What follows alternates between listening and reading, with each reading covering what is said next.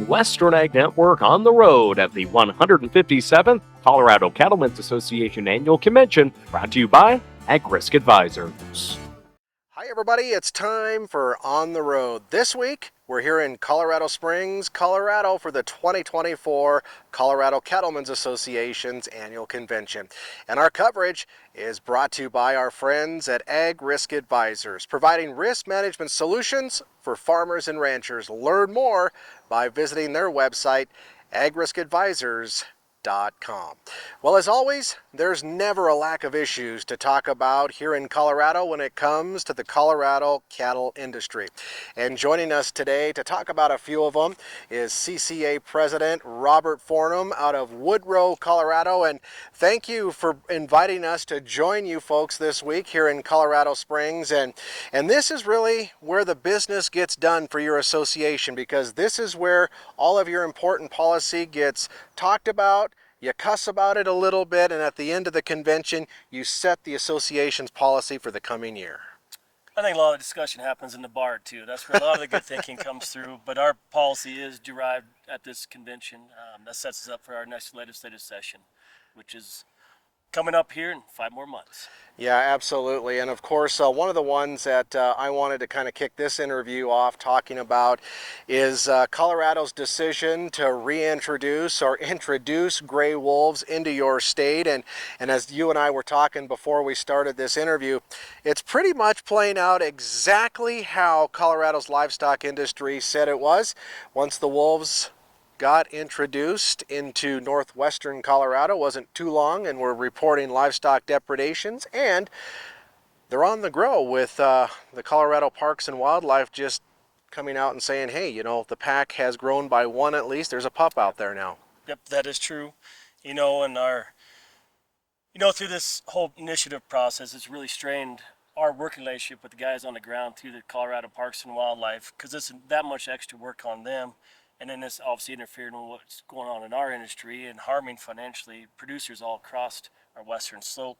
And it's not even the death loss, it's the harassment of the livestock and everything else. And I think if the voters of this state had a chance to do a do-over of that initiative, they see the ramifications now. And I think the do-over would actually go in our favor, and this initiative would never have passed. It's become contentious enough on that issue. Well, it certainly has, and sometimes, you know, that's the danger of putting something like that on the ballot and having, you know, for a lack of better phrase, I guess, uneducated voter population out there about when it comes to important issues like predators. And you guys down here in Colorado tried to warn them. You tried to educate them.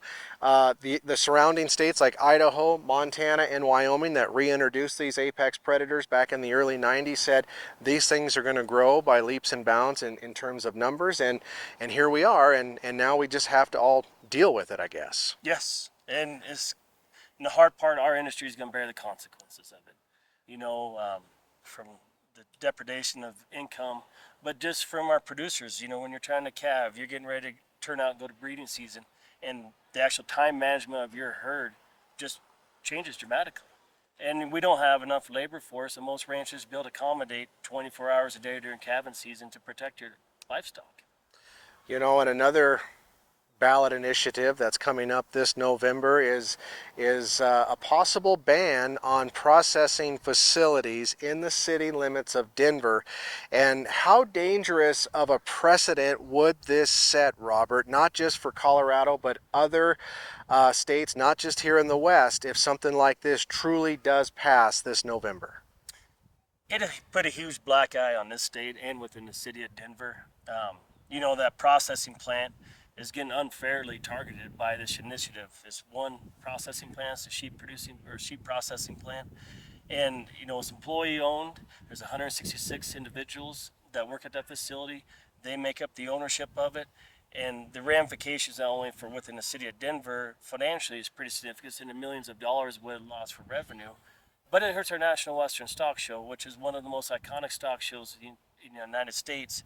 And when you have a city or state that says we don't want processing of meat, why do you want to come here and celebrate Western heritage and have potentially hurt our stock show? And so that's some of the other ramifications. I mean, Omaha is dealing with this right now also. with an initiative going through theirs. And it's sad, a very small group of people that are very well funded are the tail that's wagging the dog on this initiative. Same with Omaha's and other initiatives that are coming through Western United States. You know, out here in Colorado, a lot of ranchers still utilize federal lands for grazing of their livestock, cattle and sheep. And, you know, federal lands issues are going to be talked about here at this convention this week. You know, talk about where CCA, you know, has been and where you guys stand, and I guess moving forward with the Bureau of Land Management's new wide and sweeping conservation rule, which could have a dramatic and maybe down the road a negative impact on ranchers in states like Colorado to continue to utilize those public lands for grazing. It's going to be dramatic. We're in Washington, D.C. when all the language came out here just a little bit ago, and we're talking to our agencies there and our representatives, telling them what it's going to do to Western agriculture and specific cattle industry and within the sheep industry. You know, it opens up Pandora's box to eventually eliminate public lands grazing in the Western United States. And, you know, the majority of cattle in the Western United States are in public lands grazing. So at the end of the day, BLM, you know, has leadership issues, and the leadership issues within BLM is making it very evident that they don't want livestock on public lands and not be part of that resource management tool anymore.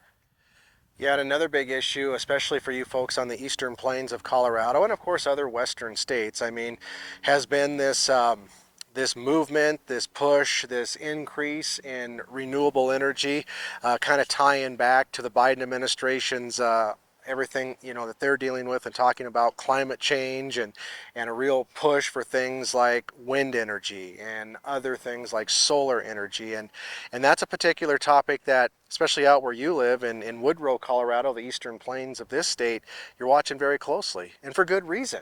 Yeah, I was teasing a friend the other day. I said, you know, before long, with all the power lines they're putting across eastern Colorado, we're going to look like a giant spider web.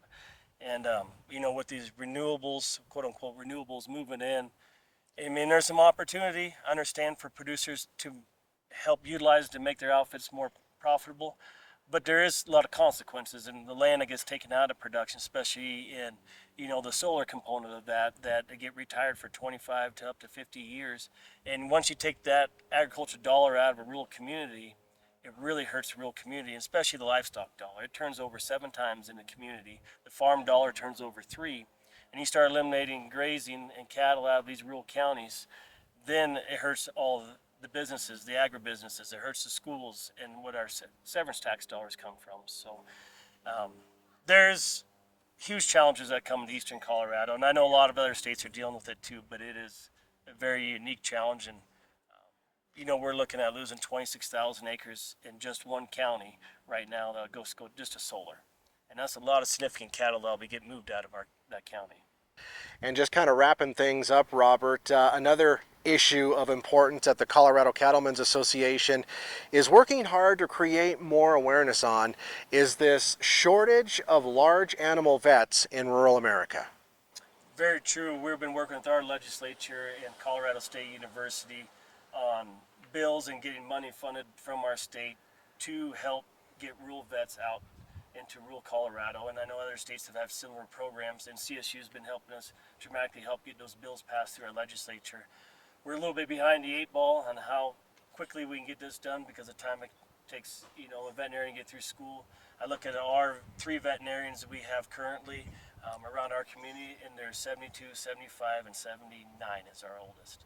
And we need a good young vets to come back in, and so that's one of the things we helped with the tuition and getting those tuition forgived. Yeah, well, we appreciate you joining us on the program today. And again, folks, we've just scratched the surface on just a few of the issues that the Colorado Cattlemen's Association is working on behalf of its membership and, of course, those non-members. And just all the more reason, if you haven't already done so, is to pay your dues and become a member of the Colorado Cattlemen's Association today so they can help the fight and keep you on the land, whether it's private or those public lands out there, and keep Colorado's livestock industry, more specifically Colorado's cattle industry, thriving into the future. And for more details, you can visit the Colorado Cattlemen's Association's website. Ready for a real PRF partner? He was willing to track us for a year and provide that data back to us for a year. That's a guy making a pretty big investment. At Ag Risk Advisors, this isn't our first rodeo. We are one of the most experienced in pasture rangeland forage. Honesty, commitment, trust. Many companies use these words. At Ag Risk Advisors, we earn them.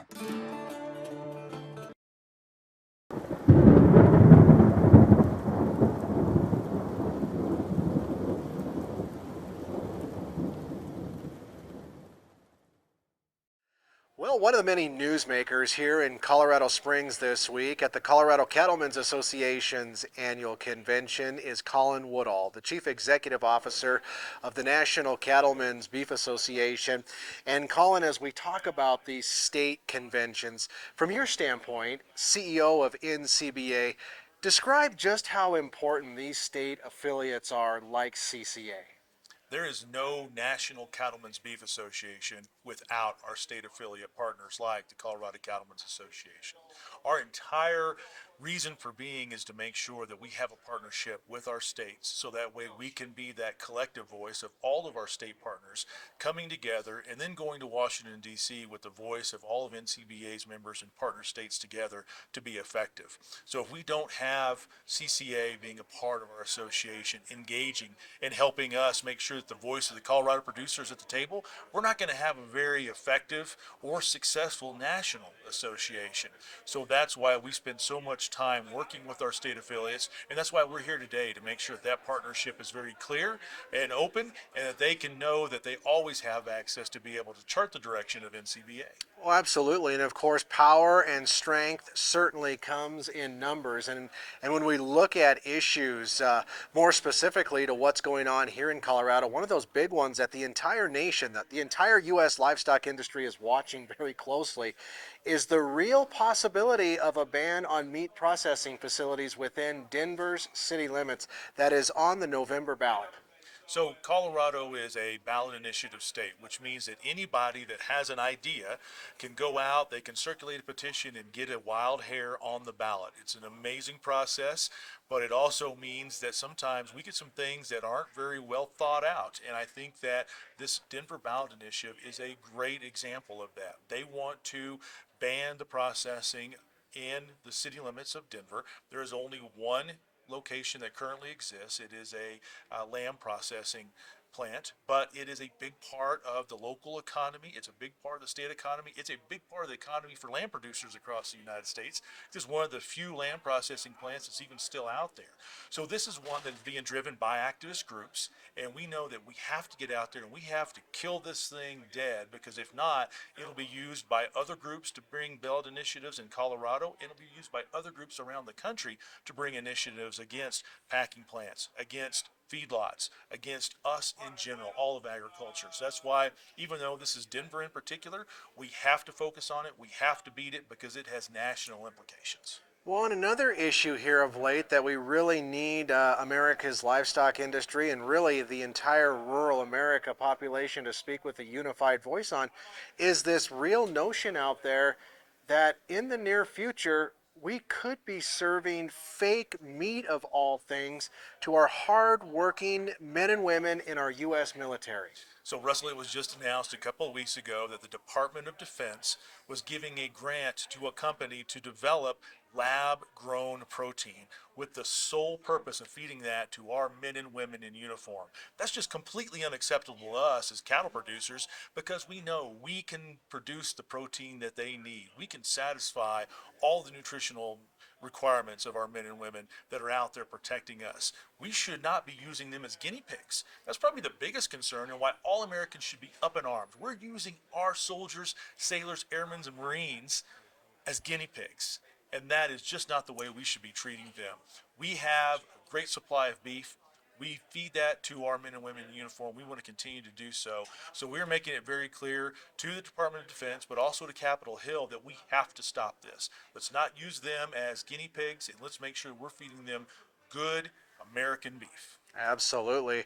Another issue that NCBA is working on behalf of both your members and non-members, is working with the other agricultural organizations and trying to get a farm bill passed this year. Just remind folks out there in farm and ranch country what some of those farm bill priorities are for NCBA and your membership. So for NCBA, we're looking at things like the voluntary conservation programs. EQIP is one that a lot of cattle producers use. The Farm Bill is the one that makes sure that that program is included and well funded. We need to make sure that we do that.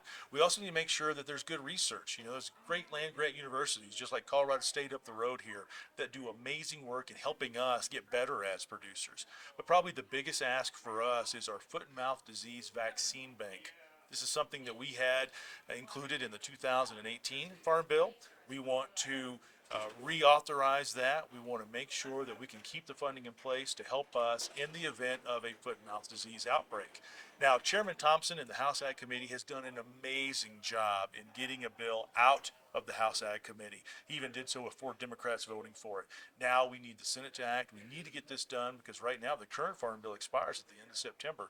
And all of us in agriculture, we're just asking for some certainty. Let us know what the program is going to be like, and let's just not drag this into 2025 and 2026. You know, there's also a big push out in farm and ranch country, and rightfully so, is to get us all on board and let members of Congress know we need some meaningful tax reform to stay in place, because there could be some big changes here in just a year or so, more specifically to that death tax. If the death tax goes back to $5 million, which it's scheduled to do at the end of 2025, every cattle operation in this country is going to be subject to that type of liability. Because when you look at land values, you don't have to have a very big operation these days to have assets in excess of $5 million. So anything over that, if it's taxed at 40% or more, we're going to have this huge tax burden all of a sudden dumped on American agriculture that we just can't pay. So that's why we are leading the charge, along with other farm groups, other agriculture groups, also with other small business groups, to push back and make sure we can provide some relief to small businesses, but especially American agriculture before that happens. We don't need farms and ranches broken up just to pay the death tax. But unfortunately, if we're not successful in reeling this back, that's exactly where we'll find ourselves. We'll just kind of wrap things up here, Colin, with you. I mean, these issues and certainly a whole bunch of others will be talked about here in a couple weeks in San Diego at NCBA's summer business meeting. So July the 8th through the 10th in San Diego is our summer business meeting. That's where we come in and we do the business of the association. All of our committees will be meeting, and this is where you see all of our state partners, just like the Colorado Cattlemen's Association, coming in and helping NCBA chart the path for all of our priorities and our next steps. Well, we always appreciate you squeezing a little bit of time for us here on the Western Ag Network, and we'll see you in San Diego. If you haven't done so, make plans now to join us. Registration is still open, and you can find all the details online at ncba.org. You know, it wasn't too many years ago when we talked about risk management tools, those type of tools were only available to our farming community friends.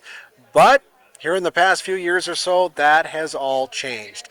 And joining us now to talk about some of those risk management options for our livestock producers here in Western Ag Network country and beyond is Aaron Tattersall with Ag Risk Advisors. And Aaron, it's so great to catch up with you. This time, we're catching up in Colorado Springs at the Colorado Cattlemen's Association's annual convention. And wow, what a year it's already been, and we're only 6 months into it. A lot of changes. There's a lot of snow and moisture early on, and now it's, if you haven't got it yet, you're probably not going to. So it seems like things are drying out. But it's funny, you said a few years we've had these programs. It's been about 17 since they first started. So I remember coming up to ranch gates and knocking on doors and saying, hey, I've got this insurance your grandpa never had. Your dad never had it. It's insurance, and it's kind of government funded, and door would slam in my face. But about I don't know, 6 or 7 years ago, it got more momentum and more, at least rain insurance in the country had more momentum, and so it's been a great tool.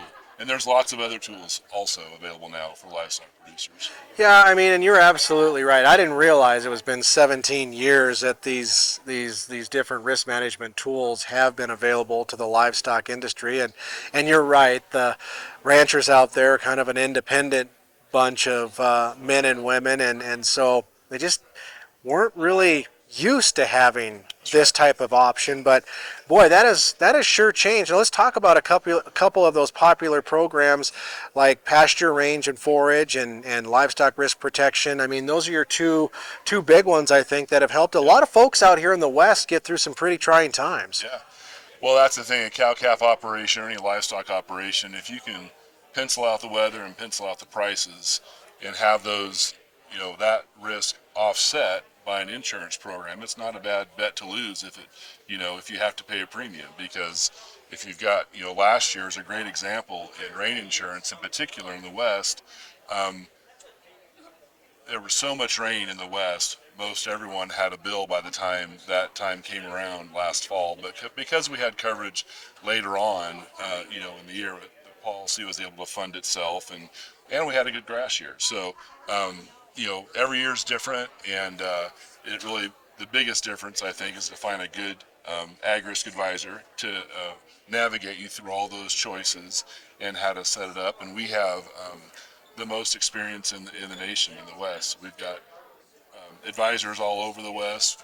We cover most of the Western operations, and we're really proud of that, to have those partners. And I would have to think, getting some of these ranchers through some of the toughest times in maybe their operations history, and allowing them to still be in business as we speak today. I bet they've had a mind shift change of just like when it comes to crop insurance for the livestock industry, just how valuable it really is. Well, it's, our producers are the most valuable parts of the land that they produce. They've been there for generations. They know, what it takes to make it work out there. They're great stewards of the land. And so if there's this tool we can bring along and help them at least even out the really rocky years, that's really what this is intended to do, these insurance programs, because our producers are our most valuable assets to produce our food, obviously, and anyway, so it's been a blessing to be able to partner with them. Now, we've been talking about pasture, range, and forage when it comes to maybe offsetting what Mother Nature or Old Man Winter has in store for us in agriculture. But what about the markets? Because that's where LRP can come into play and really, provide some risk management solutions or tools or options for cattle producers when it comes to the markets, whether it be live or feeder cattle. Yeah, livestock risk protection is a very it's getting more and more popular, that program, LRP. It really buys an operator peace of mind. And so with all of the volatility in, the stock market can sneeze, and that's going to impact the futures markets. And so the markets are so intertwined, whether it's, securities or livestock or whatever, having that peace of mind in the form of LRP, that's livestock risk protection, that's an affordable way to offset that risk. One of the biggest benefits, I think, particularly with LRP, is that it's on a per head basis. A lot of guys don't know that. They're familiar with options and things like that, and they think they might have a load, to cover that position. But with LRP, the nice advantage is that you can do 20 head at a time, 5 head at a time. It depends on what fits your risk management profile. So it's very customizable to the operation and for the big producer and the small producer. Yeah, that's really cool. I guess I didn't realize that either, that it was on a per head basis. That can really make it a lot more affordable too, or allow a producer out there to maybe try it at a smaller scale before diving, head first into something like this that they're going to try for the first time. Yeah, no, we're crossing our fingers that the markets continue to stay strong. Yeah. Most folks that are going to market their cattle this summer for the fall, delivery, hopefully it'll stay there. But this time of year, this environment that we're in, if you buy it, you're buying peace of mind. That can go a long way. So it's very affordable, it's very flexible, and so we're here to help, walk producers through all those options. Even if they don't want to make the commitment and lock in some coverage, we can track things for them very easily. So when it comes time to make that decision again, it's not a fire drill or they're not really sure what to do. They have some confidence by looking at it for a full year about how it could help them. Yeah, absolutely. What else have you and your team been visiting with cattle producers, this spring and now that we're into summer, when it comes to, risk management tools or solutions that you folks are helping farmers and ranchers with at Ag Risk Advisors? You bet. Well, one program that's not nationwide, like LRP and PRF, another program that is useful, at least North Dakota down to Texas and Colorado and New Mexico, is what's called annual forage. And so that decision deadline is coming up this July 15th for 2025. And really, Russell, what it does is it allows a producer who's planting feed for his livestock to have rainfall protection on that feed crop. And so that's, a great option. Not a lot of guys know about it, but if you have a little strip of oats or some triticale you're putting this fall or something like that on this annual crop that you're planting for feed, you can cover that for lack of rainfall. Wow. Yeah. So it's been around for 10, 11 years, maybe a little bit longer, but we've been, really helping folks out with that. And that's the exciting thing about this industry, Russell, is that, the USDA is very interested in to keep the family farm and ranch on the ground. And so these risk management tools are designed to do just that, because, like I said earlier, our producers are our best assets, to have the sustainable food supply that our nation enjoys. Well, absolutely. And let's just kind of wrap things up, Aaron. I mean, we've been talking about some pretty important risk management tools during this interview. And again, I just want to drive home that your team at Ag Risk Advisors can help answer any question that a producer might have about any one of the things that we've been visiting with and help maybe build a customized program for that particular operation, right? You bet. Yeah, we're not high pressure at all. We've invested a lot into education. For example, we have prfadvisors.com as a website that's really designed to be an educational environment where people can self-serve and understand how the rain insurance works. We have lrpadvisors.com. There's a ton of information there for LRP in particular. We have a lot of tools that we send out to producers through email blasts every week. Probably our most favorite one is the weekly weather blast by Don Day up in Cheyenne, and that's a 5 or 6 minute, sometimes 10, quick Wednesday, view. He's a broadcaster. He gets a little bit right. long-winded like myself. Yeah, but we're really proud of that. That was kind of our idea to white label that with Don several years ago. There's been some copycats since. That's okay. That's the best form of flattery.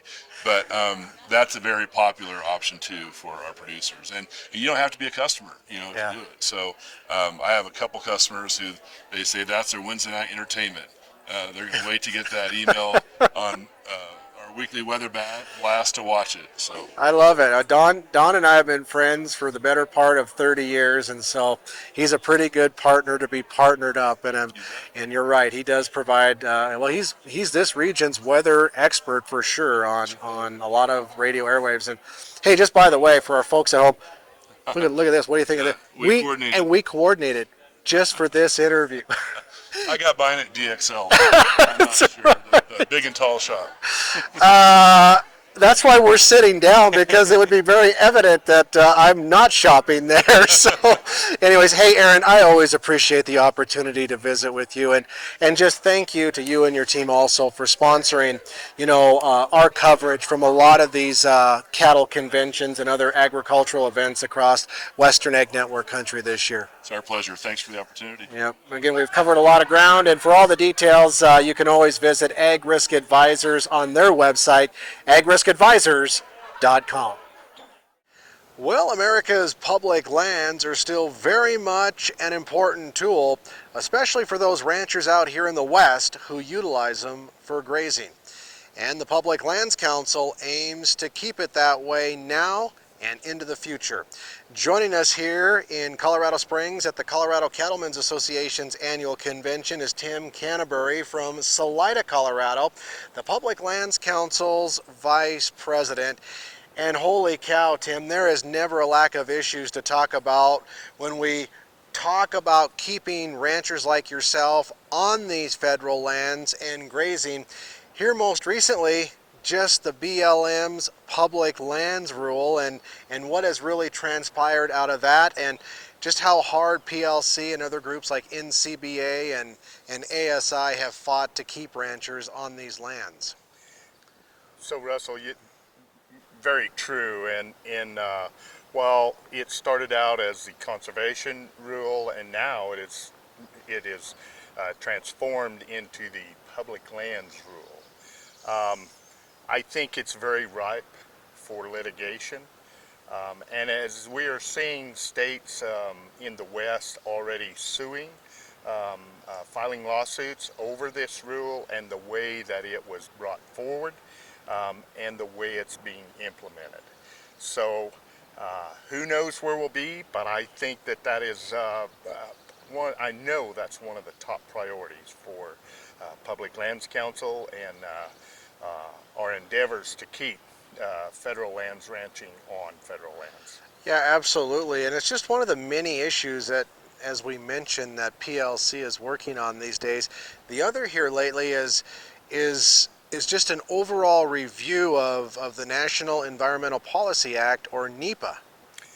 Boy, another big topic, and it seems like as administrations change, especially here in the last decade, everyone brings their own agenda to the NEPA process and how we're going to do business. And then when the next administration comes in, we throw that rule out and we try to implement our own. And so it's a constant uphill battle for us at the Public Lands Council, trying to find and work the each administration's rule or thoughts to the benefit of public lands ranching. How frustrating is it, Tim, as a public lands rancher, when you're told from day one that if you've got sound science behind you, you should be A-OK to go? And that's exactly what the livestock industry here in America has proved time and time again, that these livestock, whether we're talking about cattle or sheep, are doing a lot of good out there on these federal lands, and in reality, making them a healthier ecosystem for all multiple users. You know, another true statement, and let's just look at the sage grouse proposed rules, that the new planning process.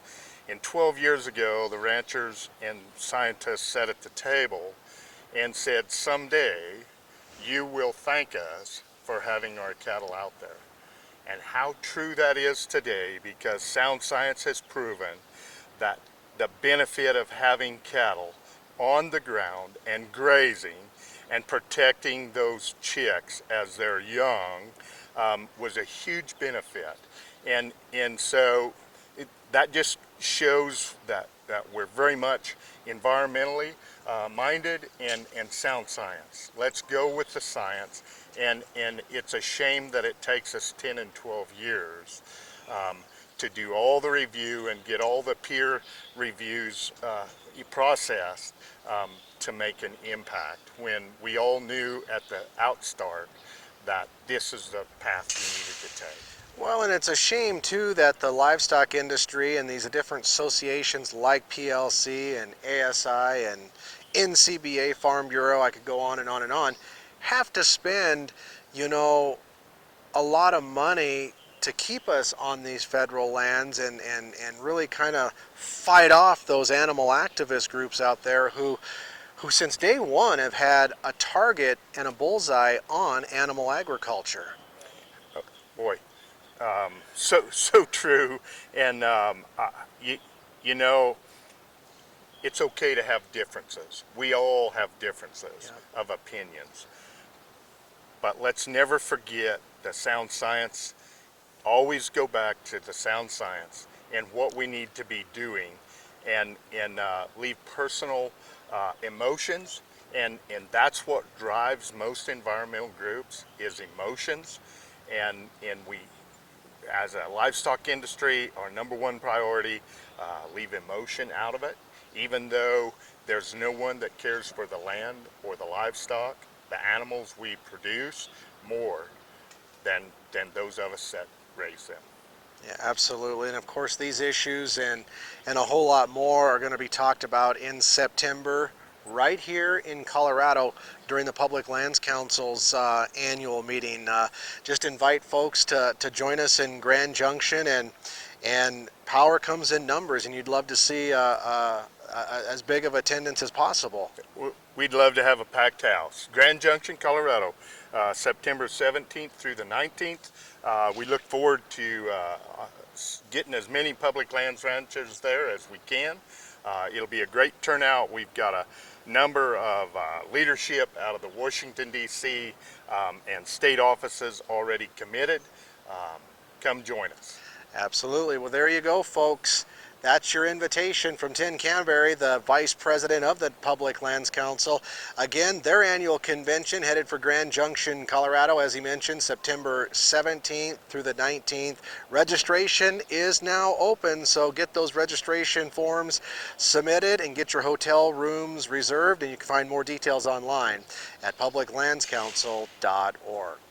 Well, that's going to do it from here at the Colorado Cattlemen's Association's annual convention. Again, before we go, a big thank you again to our sponsor, Ag Risk Advisors, for helping us bring you this coverage from here in Colorado Springs. Again, for more details about all those important risk management solutions that are available for farmers and ranchers, you can visit them online at agriskadvisors.com. For the Western Ag Network, I'm Russell Nemitz. Western Ag Network on the road at the 157th Colorado Cattlemen's Association Annual Convention, brought to you by Ag Risk Advisors.